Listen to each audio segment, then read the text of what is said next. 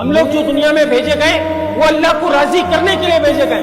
اللہ کی ذات ہم سب سے یہ چاہتی ہے کہ میرا بندہ میرے پاس آئے اور کامیابی کے ساتھ آئے, اور کامیابی کا دار و مدار نہ مال, نہ ملک, نہ عہدہ, نہ ڈگری, نہ صنعت, نہ تجارت, نہ وزارت, نہ میری سوچ, نہ میری چلاکی, نہ میری صنعت, نہ میرا مال, نہ میری دکان, نہ میرا بنگلہ, نہ میری گاڑی, نہ میرا لالچ, نہ میری ہوشیاری. خدا کی قسم, خدا کی قسم, خدا کی قسم کسی چیز کے اندر کامیابی نہیں ہے میرے بھائی. اگر کامیابی مال کے اندر ہوتی, اللہ تعالیٰ سب سے پہلے نمرود کو, فرعون کو, قارون کو, حمان کو, شداد کو, اللہ تعالیٰ ان لوگوں کو کامیاب کر دیتا. کیوں کامیاب کرتا؟ کیونکہ مال والے تھے.